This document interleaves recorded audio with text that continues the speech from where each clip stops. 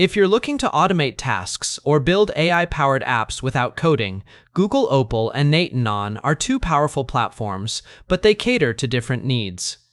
Google Opal, a no-code tool, lets you create mini apps using natural language prompts and a drag-and-drop interface. Describe your idea, like build a tool to summarize emails, and Opal's AI, integrated with Google's Gemini models, generates a visual workflow you can tweak.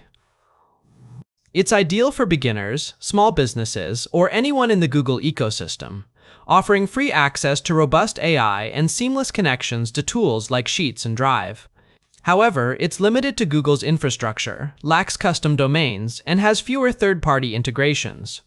On the other hand, n8n is an open-source automation platform for technical users who need control. It supports complex workflows, custom scripting, and hundreds of integrations, making it perfect for advanced automations or self-hosted setups. But it comes with a steeper learning curve and can require coding knowledge. Opal shines for quick, AI-driven prototyping.